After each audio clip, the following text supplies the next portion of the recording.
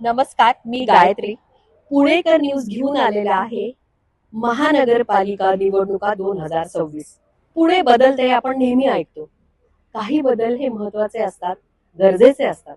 काही बदल हे ऍक्सेप्टेबल असतात.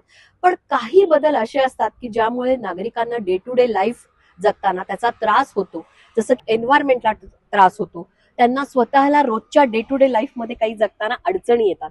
तर त्यासाठीच आता आपण आलेलो आहोत कल्याणी नगरच्या वॉर्ड 5 मध्ये, ज्यांनी चार्टर्ड डिमांड स्वतःचा सेट केला आणि त्यांचं म्हणणं असं आहे की येणाऱ्या इलेक्शन मध्ये येणारे जे कोणी उमेदवार असतील त्यांच्याकडनं त्यांच्या ह्या क्लिअर कट अपेक्षा आहेत आणि त्या अपेक्षा ते लोक हे पूर्ण करून घेणार आहेत. चला जाणून घेऊया त्यांच्याकडनंच की त्यांच्या एक्झॅक्टली अपेक्षा काय आहेत.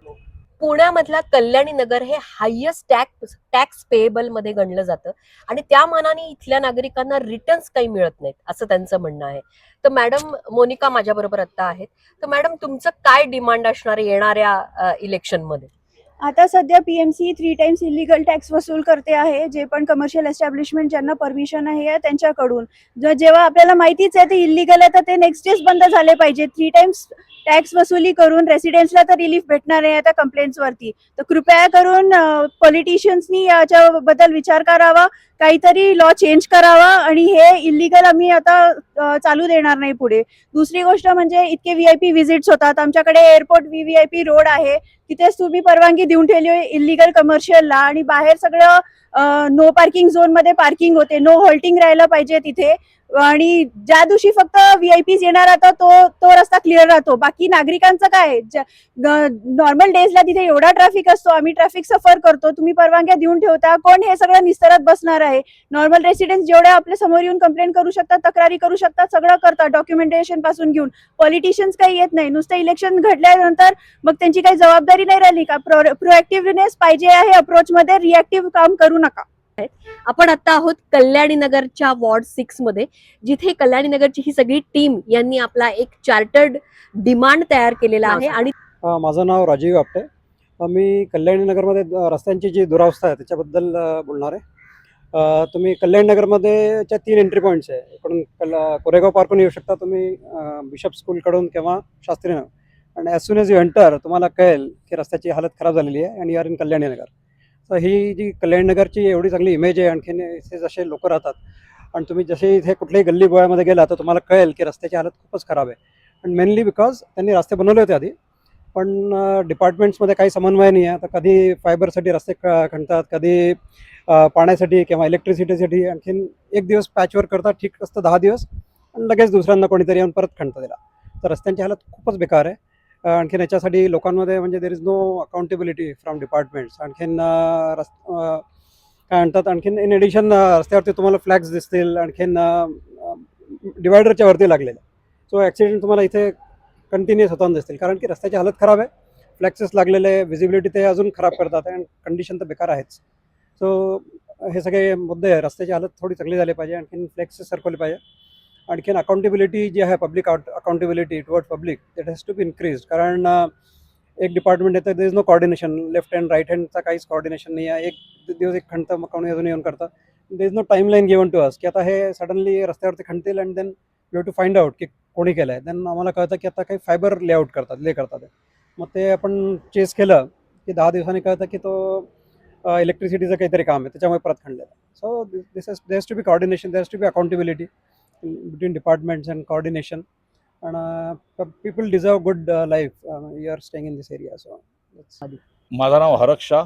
मी कल्याणी नगरमध्ये राहतो आहे आणि मला बोलायचं आहे तर कचऱ्याबद्दल बोलायचं आहे. कारण की जिथे जा तिकडे कचरा, जिकडे जा तिकडे जा. आणि अधिकृत स्टॉल, अनधिकृत दुकाने जे पण आहेत त्यांचे म्हणजे लाईक चहाचे स्टॉल आहेत किंवा विडी सिगरेटचे स्टॉल आहेत, किंवा त्यांच्याकडून एवढा कचरा होतो आहे. त्याशिवाय कचरा अनेक लोकांची म्हणजे लोकांना ते माहिती नाही आहे. कुठे पण कचरा काही पण फेकत राहतात आहे. पण ते कचरा जेव्हा गोळा होतो, गोंत्या भरून गोळा पडलेले असतं कल्याणी नगरच्या चौकात एक. आणि दुसरी गोष्ट, मोठी इम्पॉर्टंट गोष्ट म्हणजे काय, ते कचरा नंतर जाळतात. आणि ते जेव्हा कचरा ते जाळतात आणि तेव्हा जे कचऱ्याचा जे धूर निघतो, कधी मी पुण्यात ऐकलं नव्हतं की कोणाला दमा आहे, कोणाला रेस्पिरेटरी लंगचा काही प्रॉब्लेम आहे. आता हे वाढायला लागलं आहे. मेन म्हणजे कचरा जाळे, त्याच्यात प्लास्टिक पण आहे. आणि प्लास्टिकच्यामुळे किती नुकसान हानिकारक आहे हे सगळ्यांना माहिती आहे. मी प्रशासनाला विनंती करतो, तुम्ही डोळे बंद नका करू, तुम्ही कान बंद नका करू, आंधळे नका होऊ, बेहरे नका होऊ, पण आमचा या गोष्टीसाठी दखल करा, आमची या गोष्टीसाठी लक्ष द्या आणि कुठल्याही परिस्थितीत सुंदर कल्याणी नगर बनवायचं ही प्रशासनची जबाबदारी आहे. माझं नाव मोनिका शर्मा आहे. आमची टीम गेल्या 3 वर्षापासून नॉईज पोल्युशन इश्यूजवरती काम करतो आहे. आम्हाला म्हणायचं आहे की कल्याणी नगरच्या रहिवासींना एकदम झिरो टॉलरन्स आहे नॉईज पोल्युशनसाठी. तर दिवस असो किंवा रात्र असो, जे लोक पण इव्हेंट्स करतात आहे, मॉडिफाईड सायलेन्सरचा यूज कृपया करून कल्याणी नगरमध्ये करू नका.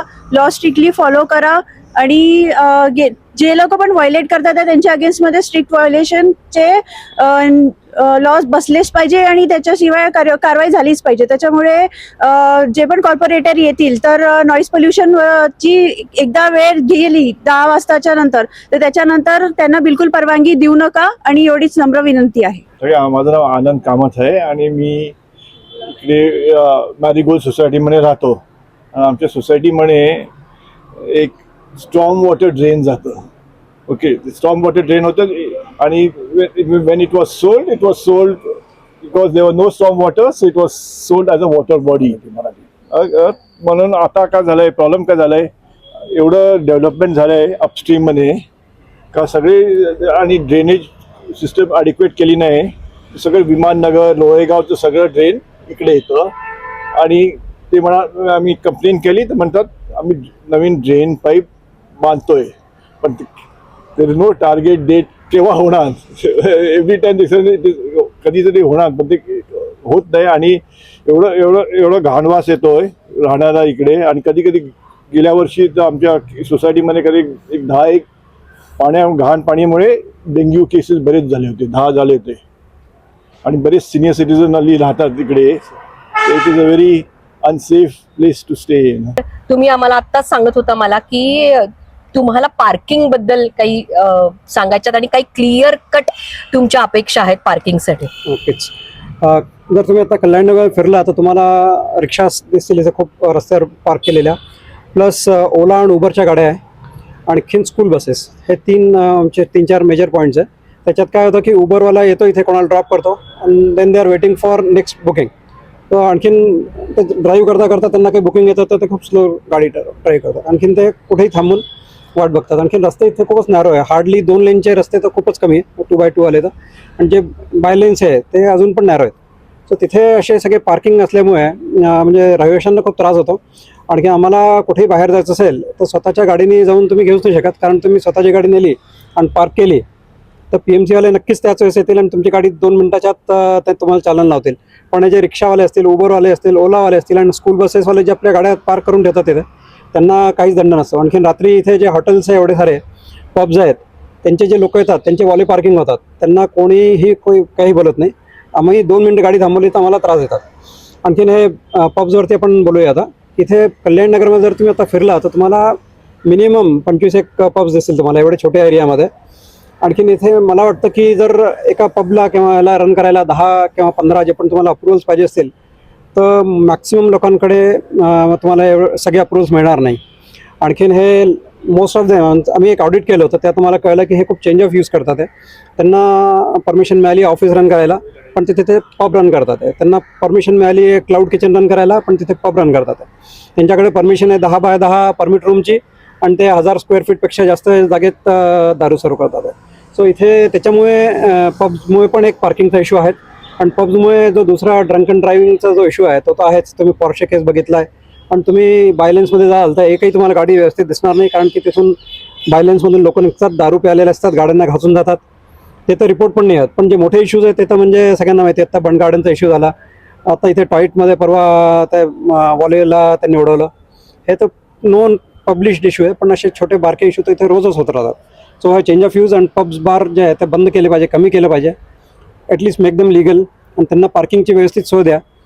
आणखीन जे दुसरे पार्किंगचे आपले इश्यू आहेत, म्हणजे जे रिक्षा स्टँड, इलिगल रिक्षा स्टँड्स आहेत, उबर ओलावाले आहेत, ते गाडी उभ्या करतात आणि हे स्कूल बसवाले, तर मेजर इश्यूज फॉर अस. निवडणुका आल्या की आपण फक्त वोटिंग बद्दल चर्चा करतो, पण मला असं वाटतं की यावेळेस आपण योग्य मतदानाबद्दल बोलूया. म्हणूनच आज आम्ही होतो कल्याणी नगरच्या वॉर्ड 5 मध्ये, ज्यांनी स्वतःचा चार्टर ऑफ डिमांड सेट केलाय. म्हणजे त्यांच्या अपेक्षा क्लिअर आहेत येणाऱ्या उमेदवाराकडून. त्यामुळे योग्य मतदान करूया आणि बदल घडवूया. अधिक माहितीसाठी पाहत रहा पुणेकर न्यूज.